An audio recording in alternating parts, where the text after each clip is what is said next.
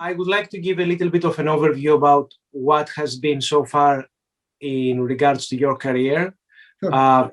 I want to clarify for all the attendees and also for all the viewers of this discussion we will hold together that we invited you here as an expert on press freedom matters. Thank you. Also as a foreign correspondent with your experience coming from Argentina, having worked as a foreign correspondent for many years here in the United States.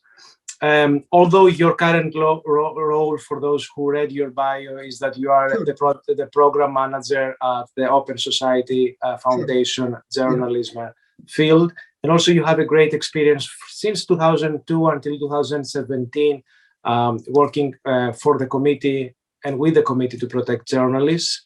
And as I said before, you are the real person who has complete and substantial expertise on press freedom matters. So I would like to initiate this conversation today with you, Carlos, and thank you for taking the time to be with us. And it is really a pleasure and an honor to have you here with us today. What do you think it is I would like to have an overview about what do you think it is the current state in regards to the respect that local governments, particular interests, and the society in a broader sense are showing to journalists in regards to press freedom matters. Do you think that we're in a better state compared to a few years ago, a few decades ago? Well, first of all, I would like to thank you, Thanos, and the Foreign Press Center for this opportunity, and to greet all the people that are joining us at this time to discuss an issue that I think is vital for democracy. Is one of the pillars of democracy.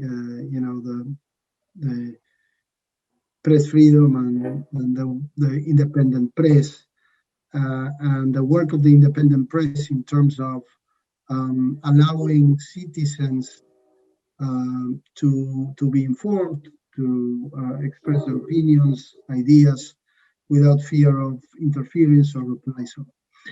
In terms of the state of press freedom around the world, I think we're going through a very obscure and dark period, Thanos.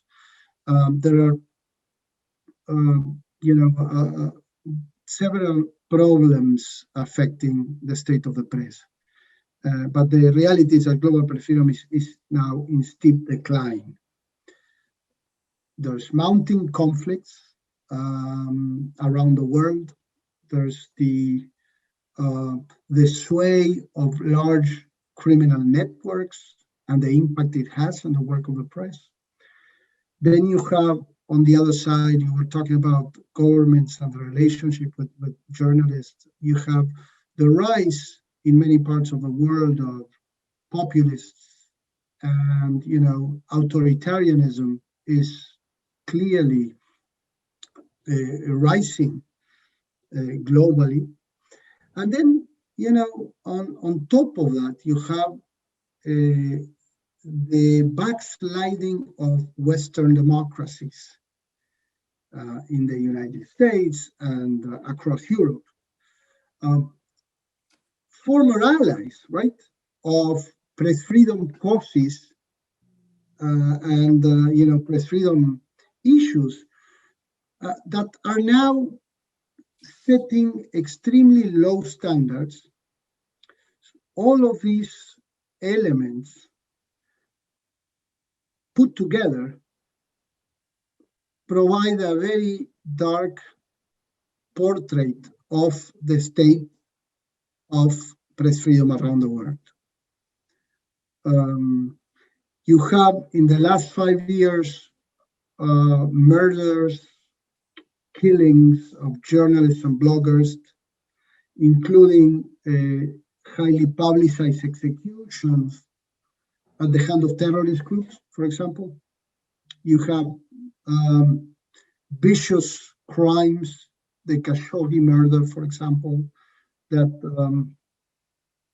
caused an outcry around the world. Incredible that you can have a journalist, a prominent columnist for the Washington Post, being massacred in a foreign consulate, in a consulate of Saudi Arabia and Turkey. You have bombings targeting media in different parts of the world. This shows that, you know, the globe, the planet, has become a very dangerous place for the press. The past decade or so has been perhaps the most deadly in terms of number of journalists killed around the world, according to the statistics by leading press freedom organizations. And the problem is that aggravates the situation of murder, is that impunity is the norm in many of the investigations into these cases. According to the Committee to Protect Journalists, Reporters Without Borders, that you know, they have a rigorous and count of the number of journalists killed, as well as the number of journalists in prison for their work. There is an average of 2 journalists killed every week in the past decade. And 9 out of 10 cases, those responsible for killing these journalists, both masterminds and the physical authors of the crimes, they go free. They are not punished. You know, in many of the places, in many of the countries where journalists are killed with impunity, judiciaries are both overburdened and dysfunctional, and they fail to provide justice. And there's no accountability for those responsible for killing journalists. So impunity, as pervasive as it is, generates a situation that, you know, where you know, the perpetrators of these crimes, you know, have a kind of a green light to continue to engage in this kind of behavior, criminal behavior. And you know, journalists and the media are paying a high price for that. And you mentioned, which is the most serious aspect of the violation against press freedom, and you mentioned, of course, the several killings of tens of numerous journalists and a lot of professionals in journalism during the last decade who have been killed while they were executing their reporting. And most people, I think that they conceive the idea of press freedom having as examples of violation of press freedom the highest level of atrocities, which is the killing of journalists. But what about the other aspects that journalists are facing?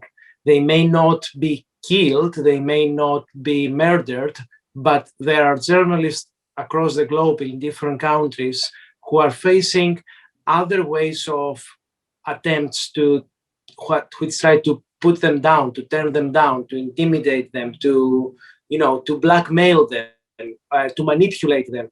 Do you think that these cases are also under the umbrella of the cases that we are experiencing in terms of the violation of press freedom principles? Yes, of course, and thanks for the question. It's a very good point, Thanos. I think that besides deadly violence, besides the killings, hundreds of journalists are being attacked, threatened, or harassed each year. Many are persecuted and hunted down. They're even surveilled.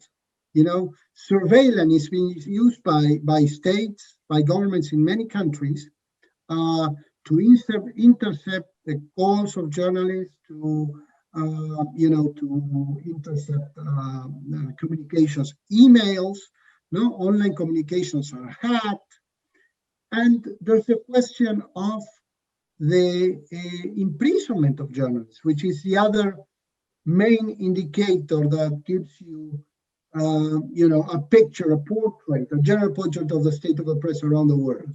One is the number of journalists killed. The other one is the number of journalists imprisoned for the work. And at this time, there are more than 200 journalists imprisoned for their work around the world. Many of them being accused of anti-state activities. Many also under vague anti-terrorism laws or spurious tax evasion or money laundering accusations. CPJ, RSF, Article 19, International Press Institute, organizations that promote and protect the rights of journalists, count,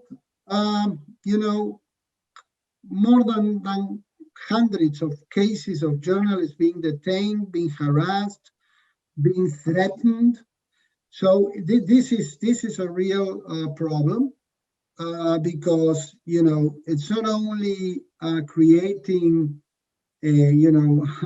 the case of journalists having to defend themselves, put lawyers, pay for lawyers, but it's also creating a chilling effect for those who are still working and are doing it, knowing that that they have this Damocles sword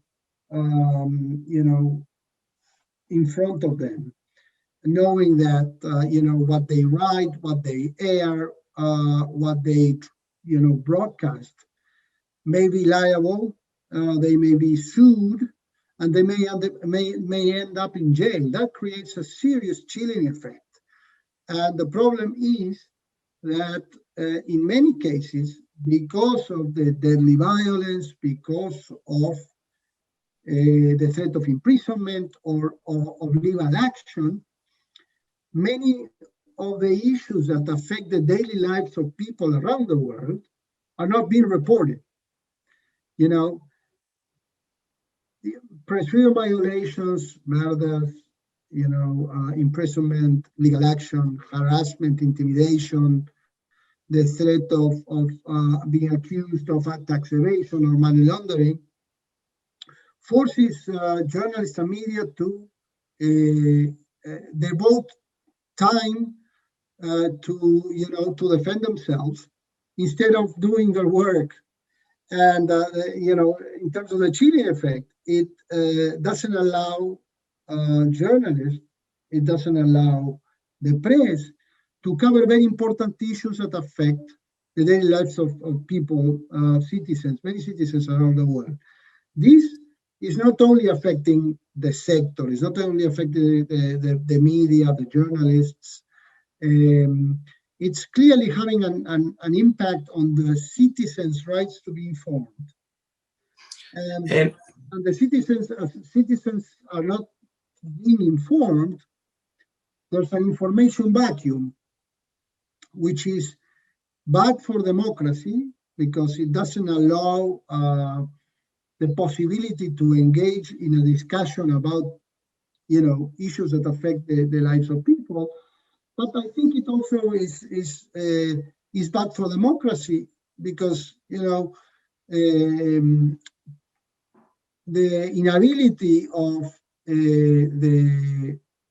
inability of people to exercise the right to freedom of expression and the inhibition that this imposes in the public debate,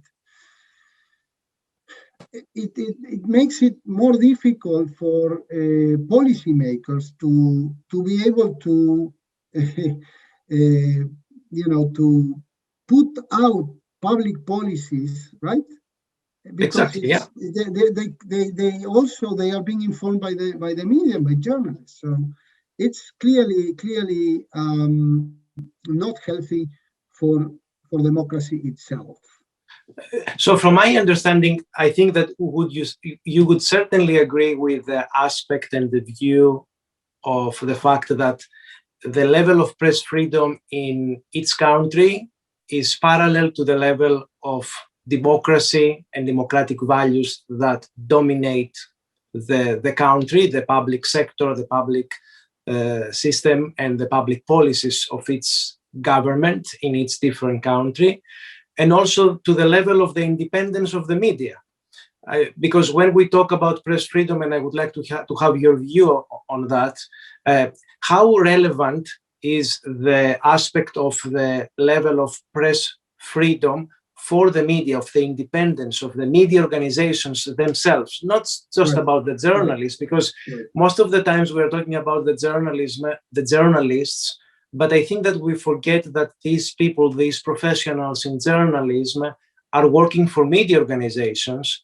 And even if journalists are really brave to do their reporting and to go to the end to pursue their belief about the story that they want to report, if they don't have a media organization that is independent and is, playing a fair game and is not having any level of manipulation from the government, then, the journalist itself can certainly send a strong message to the society, but he or she needs also the backup of the media organization that he or she works. Absolutely. How do you feel about this? Absolutely. No, the independent media, the ability of the media to be able to report independently is critical for press freedom. There's no question about it, and that's why you see today the proliferation of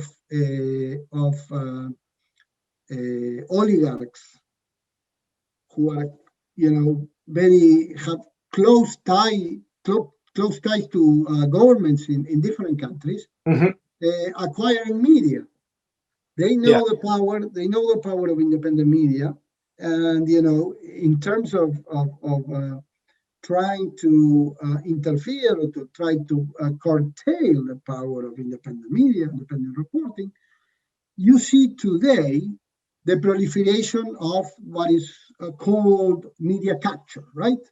By oligarchs, by people close to government, by people that are tied to politicians in many different countries around the world. Or in Greece, I can give you the example of the government paying state-owned money through ads to the media, so that way the media are not fully independent because they expect to have this income. The manipulation of official advertising is a tactic that is employed everywhere, and as you very clearly established in your statement right now, it's used, to as a way in many countries also to by officials to for media to support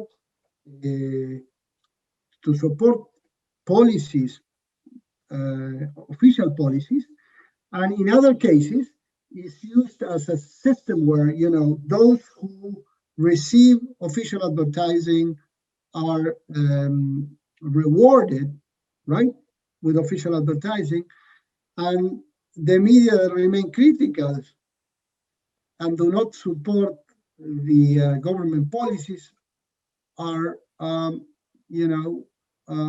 that official advertising is withdrawn.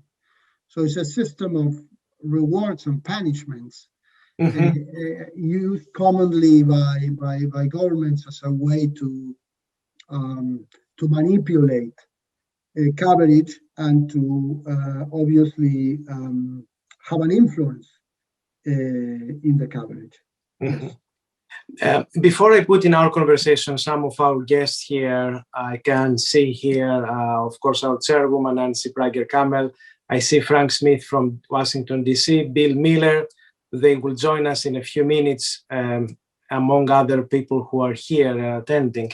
I would like to ask a little bit more personal question. What makes you get involved in the press freedom field? I know that every journalist is very sensitive about the topics of press freedom because it is very closely related to your daily work. But you are one of the highest top experts, I could say, in a global field, because you have accumulated a very significant experience. So we can certainly call you a real expert. What makes you get involved more deeper in this field of press freedom? And also, going back to the beginning of your career, when you were a journalist in Argentina, or when you moved here to the US as a foreign correspondent, can you bring up 1 or 2 examples that you recall that you faced this, let's say, threat, let's say, tactics of trying to be manipulated by someone or some special interest? Sure. Anything that you can recall, and that we can use it as an example of getting a real sense about what we are talking. Right. Thank you, Jonathan. Thank you for your description. The word expert, I mean, I feel a little. There are many people who call themselves experts, but yes, you are the real expert. I will call myself an advocate. I mean, I am a journalist because I was born a journalist in Argentina. I worked there for regional newspapers, starting my career. In fact, I started my career in one of the national papers covering sports, and then I moved to a regional paper where I did almost everything there. And then soon thereafter, I started working for a magazine publishing company, and I had the opportunity to come to the US to work as a foreign correspondent for the largest magazine publishing company in Argentina, Editorial Perfil. And then the great opportunity to work for the Committee to Protect Journalists for CPJ, probably the best job I ever had, and really. And for many years, 2002, yes, 2007. Yes. I work with CPJ, and I'm seeing Frank, my friend. You know each other. Yeah, of course, a very close friend. I work together with him. I have a lot of admiration and respect for his work and his. That's true. He's a close. Hello, Frank. Yeah. Hi guys, nice to be here. And Thank you. Nice to see you, Carlos. You're looking good, buddy. Good to see you, Frank. Thank you, man. My first close encounter with press freedom came when I was a correspondent, Thanos, and it was quite an experience, I was working as a correspondent for the news magazine Noticias, which is the largest news magazine of Editorial Perfil, one of the largest news magazines in South America in Spanish language. And it was in 1997, early 1997. I received a call from the editor early morning on a Sunday. So foreign correspondents have no weekend, so it was not strange. But his tone sounded really serious when I took the call, and he told me that a photographer for Noticias, José Luis Cabezas, had been brutally murdered in Argentina. It was not in Buenos Aires; it was in the beach resort of Pinamar, which is around 400 kilometers outside Buenos Aires. Cabezas was a features photographer, basically, who used to cover the summer season in Pinamar. And there, one of the most obscure business moguls used to spend the summer with his family, José Luis Abrán. And he was the one who Noticias followed for several years, looking at his business dealings, in many areas, many strategic areas of Argentina and the state, close to state businesses. So he told me Cabezas was kidnapped after covering an event. He was taken to a place outside, an isolated place outside this beach resort. He was shot in his head and burnt in his car. It was probably one of the most brutal murders of a journalist in Argentina after the restoration of democracy in 1983. And what did Cabezas, what was he doing? He basically covered the summer in this location and was one of the few people, probably the only photographer that was able to capture this businessman and, have photos of him. And he was, the center of several investigations by Noticias about his obscure dealings in Argentina. And, Cabezas was a photographer. So it created, this murder was shocking for Argentina. It created waves of, protests, rallies in the streets, marches. It was the government at that time, the Menem administration couldn't. At the beginning, they said, well, this is not a political murder. This is nothing to do with his journalism, but they couldn't get away with it in terms of trying to deviate the conversation or the focus on the case. So the public outcry that it created forced the judiciary to look seriously into the matter. And it was soon, after a few months, it was soon discovered that there was a former policeman that were involved in the crime. And soon thereafter, it was revealed that the head of security for this obscure businessman was leading the group of people that kidnapped Cabezas and killed him, burned him in his car. So, when I received a call from the editor of Noticias, he said, "Well, we need to just call on civil society, international organizations, mobilize international organizations, because the government is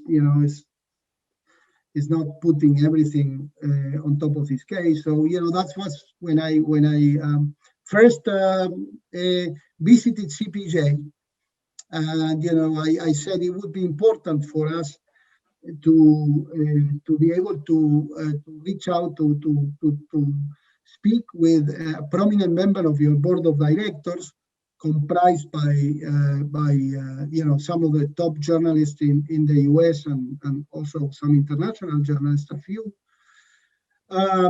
So they said, well, the chairman of the board of directors at that time was Katharine Graham, who was the owner of the Washington Post. And I reached out to the Washington Post and then said that this horrible crime was affecting a photographer for the magazine I worked for as a correspondent in the US, and that I really wanted to see if I can interview Katharine Graham for a story in Noticias about the crime. And soon thereafter, they called me from the Washington Post and they let me know that Mrs. Graham will receive me in her house in Georgetown, Washington. And it was one of the best interviews I ever did. Incredible character, very well depicted in the movie The Post. So I think that was really a very close encounter. I think that just to tell you how the story developed. I mean, this businessman, 8 months after the crime a year after the crime, was called to testify because his head of security was already in jail. He disappeared, and and a few days after he disappeared, was found dead. Apparently committed suicide after shooting himself in the mouth. So I mean, this the power of civil society behind the the public outcry and everything that, that the organizations did to bring up, the importance of justice in case of a very prominent journalist who was killed, and really, had a big impact in late in my career as a journalist and as a press freedom advocate. One very quick question: what do you think from your meeting and interview with the owner of Washington Post, Graham? One or two pieces of your memory we would like to have. Sure. I was struck by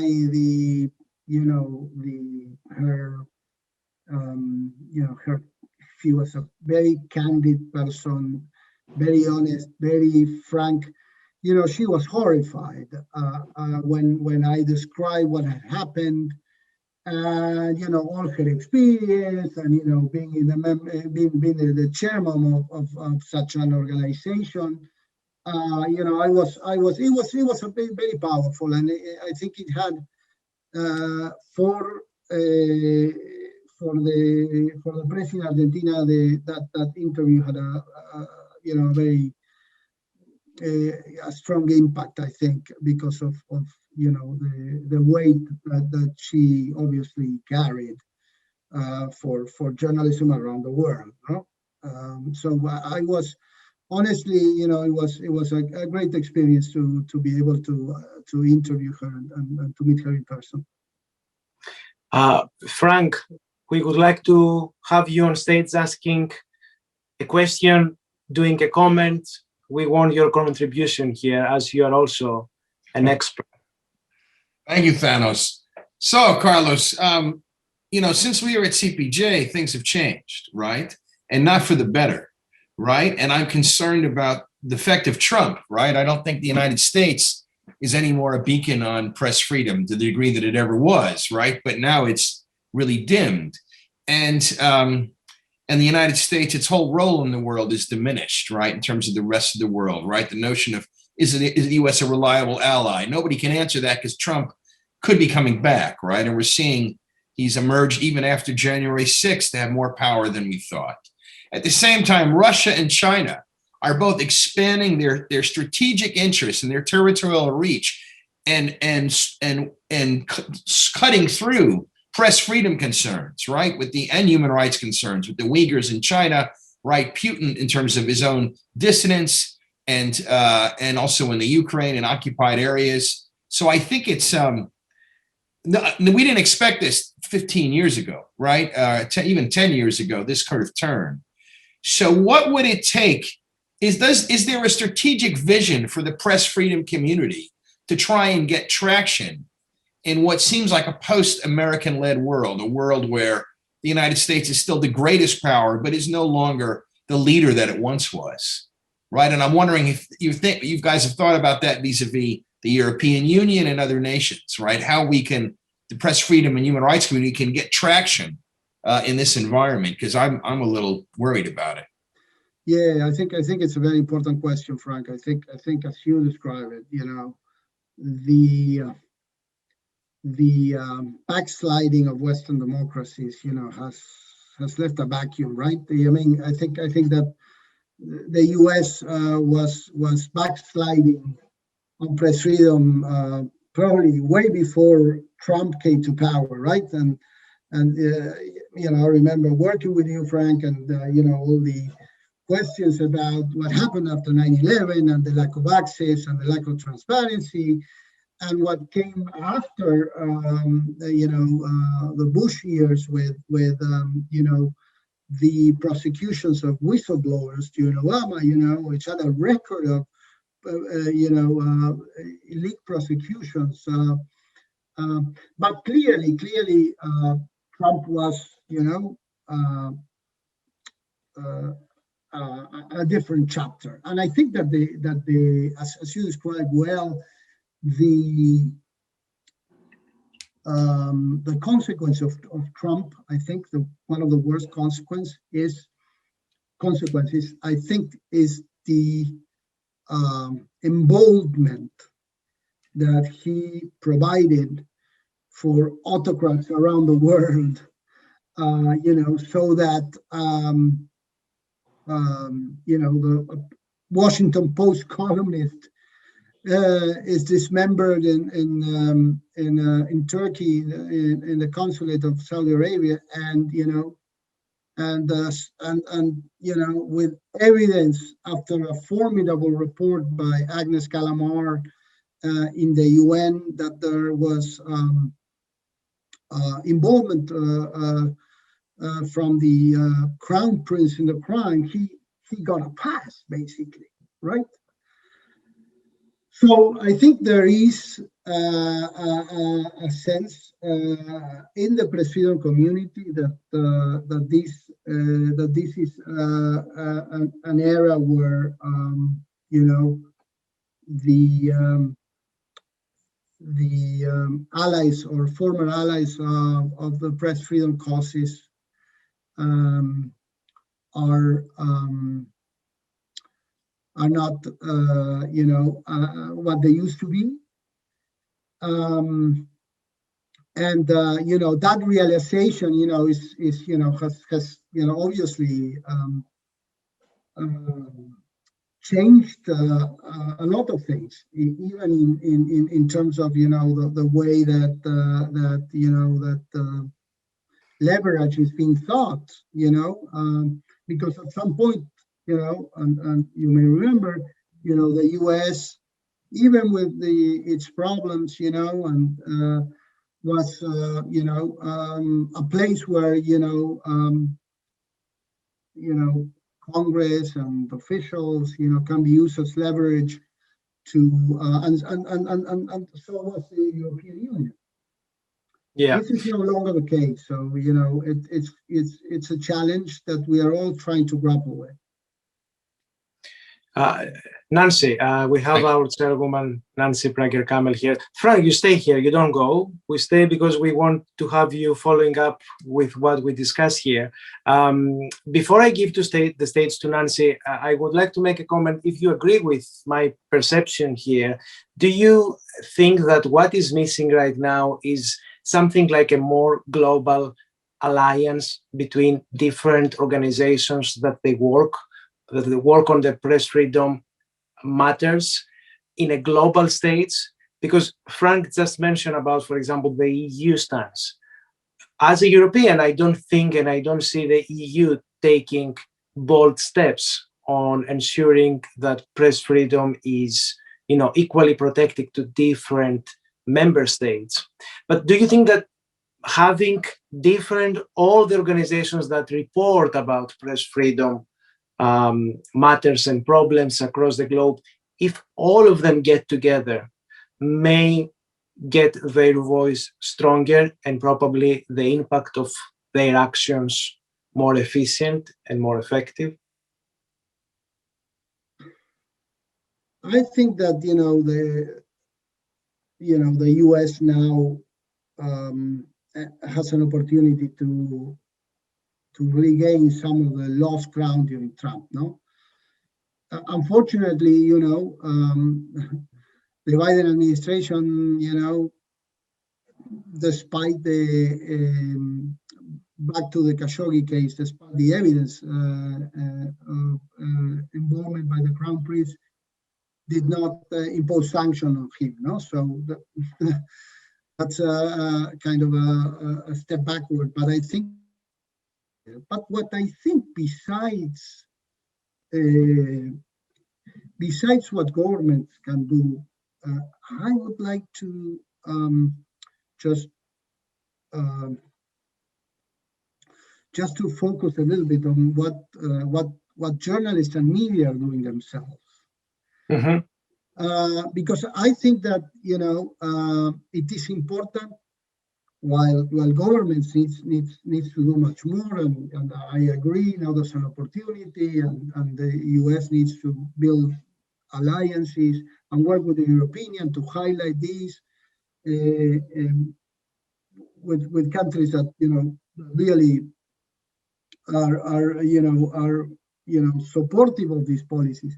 I think that the journalists themselves need to find for more creative ways in order to highlight and to come together, no, to highlight some of the problems that they are facing.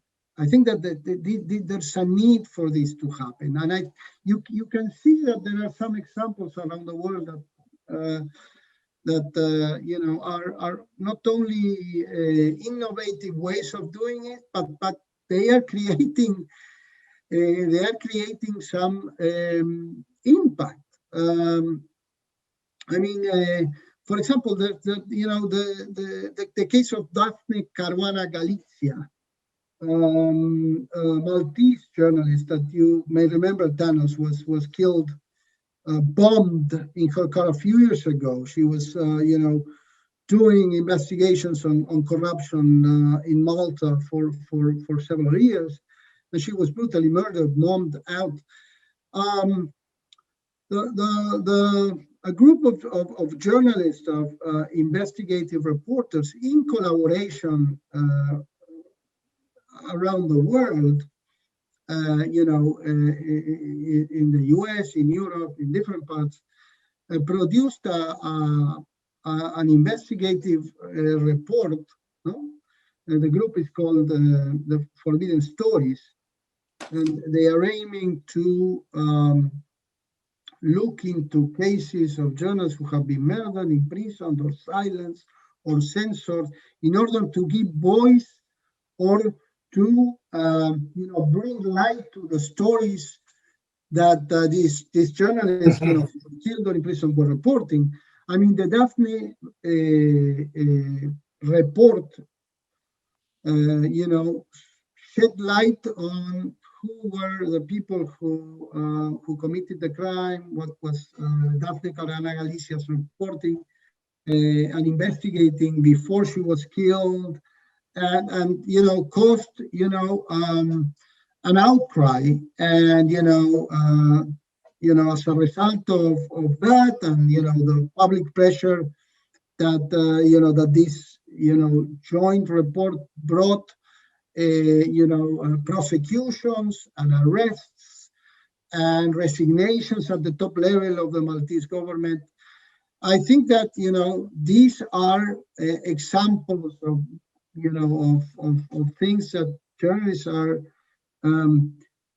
taking on themselves, as this functionality, as I described before, and impunity, this functionality of judiciaries over systems that are overburdened and cannot provide justice.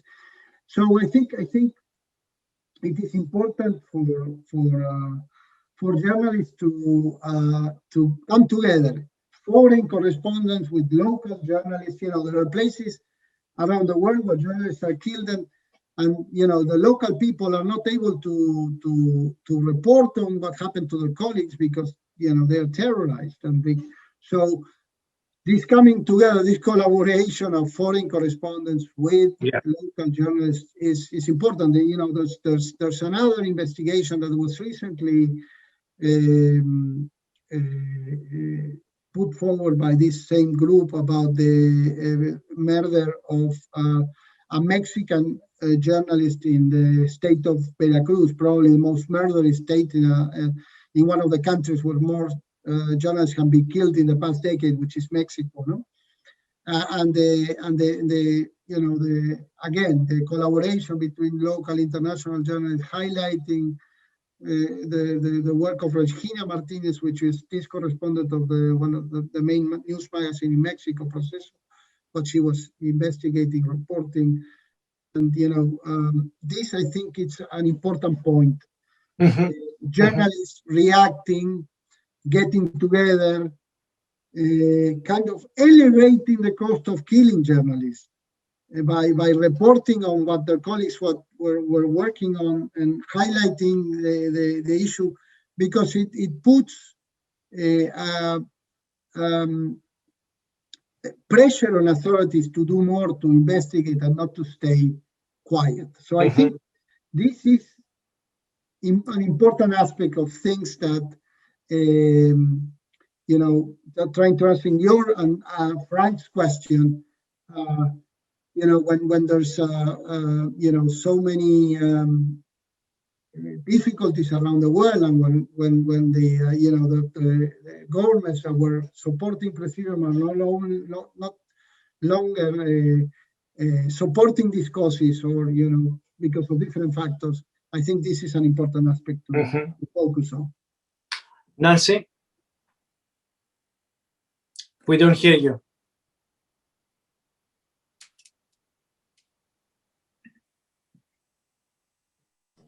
Can you hear me now? We can hear you. Okay. Well, as usual, you preempted my question, Thanos. We think alike, but thank you, Carlos. It's unfortunately, very relevant and timely, the subject matter, and we appreciate your expertise. As way of credentials, I'm the chairman of the Association of Foreign Correspondents, but served on a lifetime at the UN on human rights issues and involvements in organizations, including UNESCO. And I mention UNESCO because they do have a specific arm that could be, I think, more highly activated. But my question, and I guess my thought would be, we know that there has to be scaffolding around the journalist, and there has to be an accountability. And these are the two elements that you've discussed in great detail and very correctly. How do we bring it to a stage that it can take the position and have the protection that it so desperately needs? You've got the ICC, you've got the International Court, how do we tap into these? And I think as a first step, if you had unanimity, both internationally and across the board with active journalists, there could be a momentum that's built. Human Rights Watch does one thing, it shines a light, it tells a story.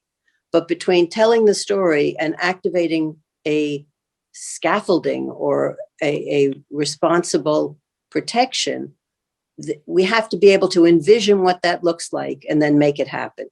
What would you suggest? Mm-hmm. Thank you, Nancy. I think that's a very good question, and it's a question that I obviously I don't have the answer to. I have ideas based on my work in the past, and I'm dealing with these issues very closely, and looking at pervasive impunity in cases of killed journalists in Mexico, and I think that one idea, that you framing your question is, intergovernmental mechanisms, and what can they bring in terms of when a case has exhausted internal remedies, the possibility of bringing these cases to for example, in Latin America and in the Americas, the Inter-American system, and what can the Inter-American system do in terms of not only providing redress to families of victims, but also that finally the issue of accountability. I think those mechanisms can be at least something that are very useful, and I think that you from the Khashoggi case, I think that's an example. I think that while justice is something that doesn't look at this time likely in the Khashoggi case, I think that the report by Agnes Calamard I think was essential to be able to, look into those who, committed the crime and those who masterminded the crime. So I think that, in the absence of states being able to serve justice, I think that international mechanisms, independent investigations can be, can be a way through this problem. Right. Thank you. But just build a little bit more on that, because I think, as I said, we're problem solvers. So we're looking to maybe have a forum where you've got the major stakeholders who can have various aspects of protection that they offer. Can we bring them together? Can we have some kind of entity that can be a scaffolding around what you're trying to do? Bring in UNESCO, the organizations that have this as a core value and a core issue. Can we bring together a forum and look for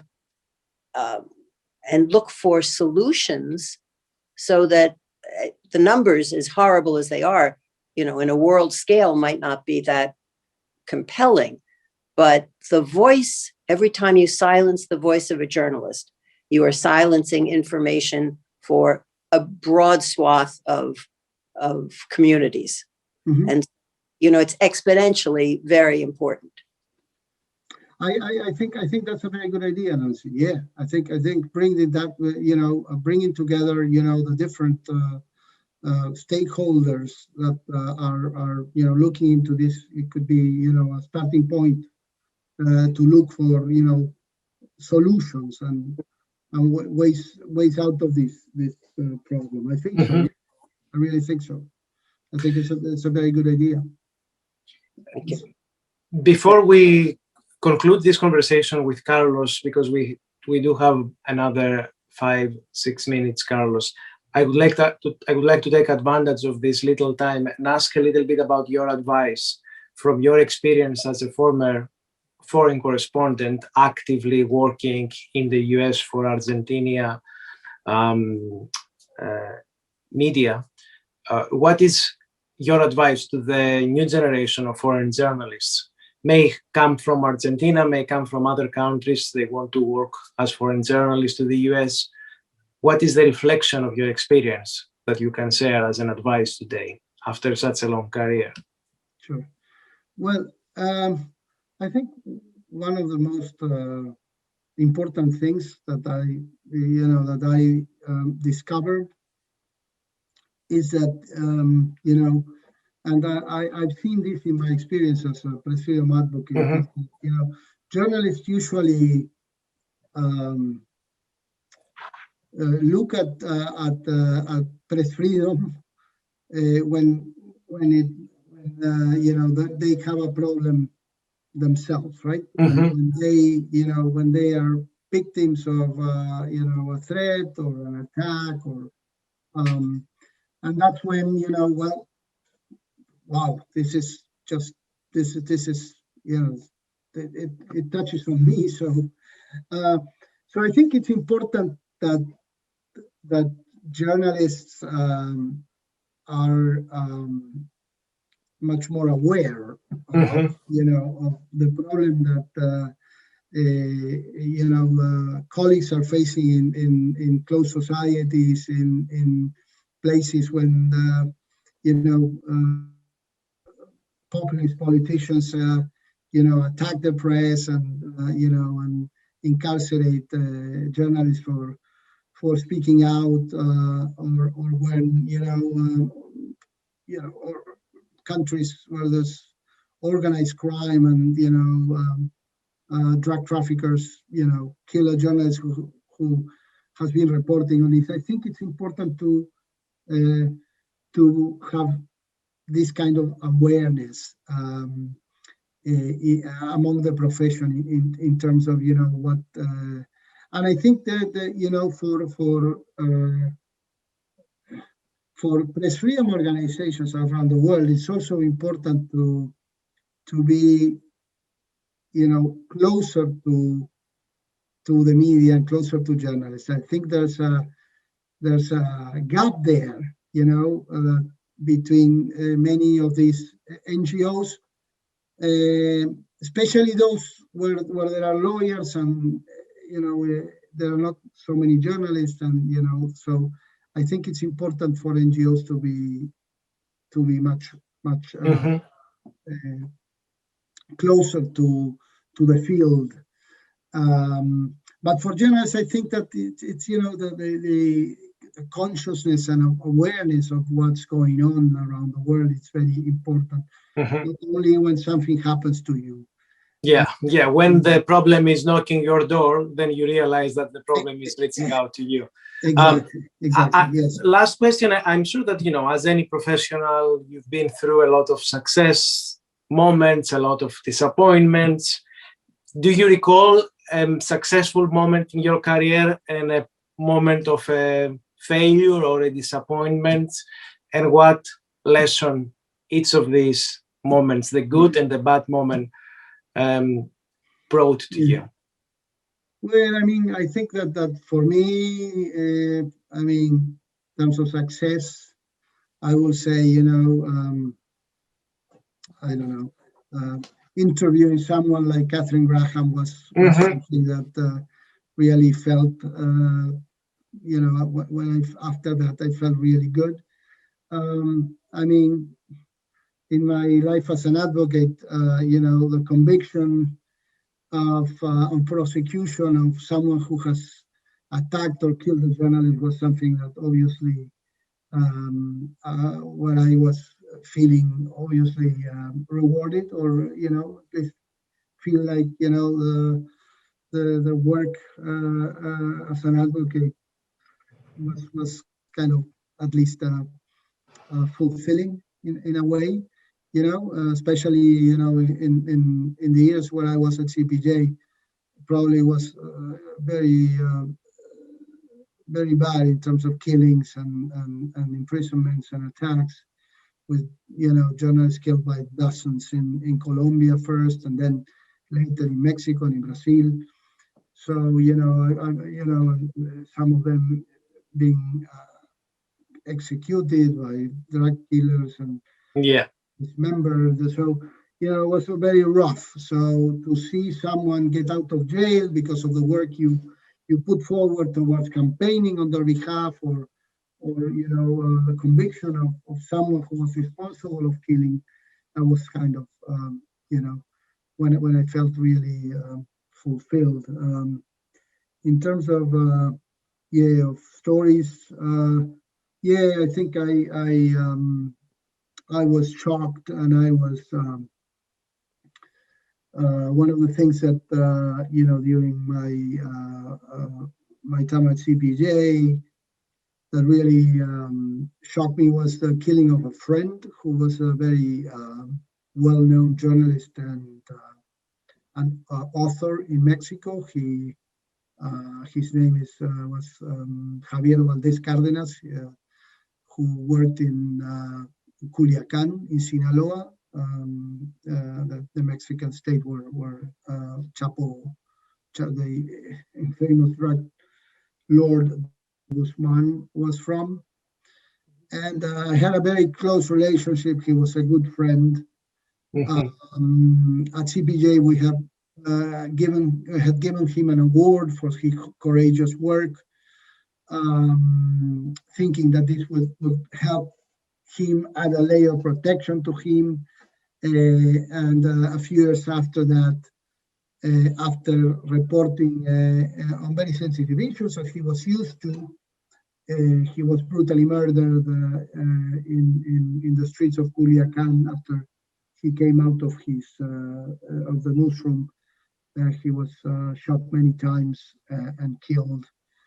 And I have been trying to convince him to get out of the country shortly after he wrote the story that probably cost him his life.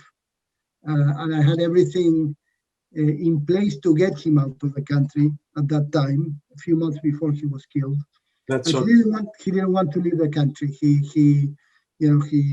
His daughter just got married a few weeks before his son was in his last year of high school. So he didn't want to leave. And I was telling him that it was convenient at that time to leave. He left the city of Culiacan for a few months, came after that. I again told him that, obviously he knew the field better than anyone else, but I think there was this time when Chapo Guzman was arrested and the leading the cartel changed its structure. The leaders of the cartel were people that he didn't know as well as the traditional leaders of the cartel, and they didn't have a good read of what was going on at that time, and I think he felt that he could still remain there without risk, and this is so it was really shocking, and it was a very obviously terrible experience personally, because it was a good friend and someone I cared about, and someone that I was trying to help, and unfortunately was killed in these circumstances. That's a really shocking story. Let's close this conversation with a message of hope from you, Carlos, but also I would like to ask for a message of hope from Frank Smith, who is also here, and Nancy Campbell, as a short message to our audience. What is the message of hope on this press freedom principle issue that our societies are facing, regardless of ideologies? Yeah, well, I mean, I think there is hope, honestly, and I'm an optimist. Despite the situation, the steep decline of press freedom that has been compounded by COVID-19, and which came, we didn't go through this, but I mean, COVID-19 imposed even more problems to journalists. Governments, more repressive, more arrests, more. Has a negative impact. But I think that despite that, you see in many parts of the world, dozens of examples of journalists and outlets that are doing an amazing work despite the challenges and despite the risks, that are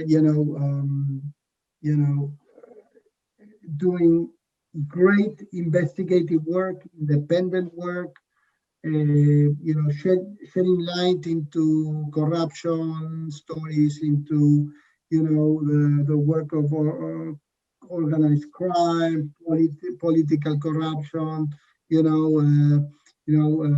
corporate corruption. So that's for me. It's great to see that, and to see that that is still flourishing in societies where are facing tremendous challenges for journalists to do this, and they are taking extraordinary risks to bring stories for the people to be informed about this and to become relevant, in countries where there are where the restrictions are vast. So I think that's very very hopeful to me. It is. Continue to see this. Yeah, it is. Frank. Well, I think there's a lot of great journalism going on out there by people that are really committed, and a lot of young people, and they have a lot of heart in many different countries. And I think there are efforts, as Carlos alluded to try and investigate those that have murdered journalists, and I'm involved in some of those. And that gives me hope, because I think there's an awareness that we can't go backward. Despite what's happening around the world, we have to keep going forward. And I'm an optimist, and I think I'm not alone. As Carlos said, he's an optimist too. And I think if you're a journalist, by definition, you have to be an optimist, right? And I think there are many people out there that are giving it all and still reporting despite what happened to Khashoggi and others. So I think that's the message of hope, Thanos. Thank you, Frank. Nancy? Mine's going to be fairly brief, but and start out a little bit trite when I say that it's always darkest before the dawn. I think we've seen an absolutely horrific situation just get worse because of all of the issues that you've spoken of, COVID and political issues. But the one thing that clings is the optimism and the solution that there are that many people or that many organizations that have a vested interest in trying to come up with some kind of protective format. And all I can say as far as encouragement goes is let's look into them. Let's try to bring together a forum and see if we can actually take this as an issue that is relevant worldwide and look for consensus in how to not just protect the journalist, but protect the society from all that occurs when journalism is muted. Excellent. Thank you, Nancy. Thank you, Frank. But most importantly, thank you, Carlos, Lauria, for taking the time to be our special guest in this program today. It was a great pleasure to have you here, and we look forward to have more programs like this, and we look forward to collaborating even further with experts like you on this very important issue. Thank you, Thanos. It was my pleasure. Thank you very much for the invitation, and it was a great surprise to see my friend Frank Smythe here. I haven't been in touch with him for some time, but it's a great pleasure. And thank you, Nancy. I think your contribution was very important too. Thank you, Carlos. Thank you all. Keep up the good work. Thank you. Thank you. Thank you. See you very soon. Thank you, guys. Thank you, Thanos. Bye-bye.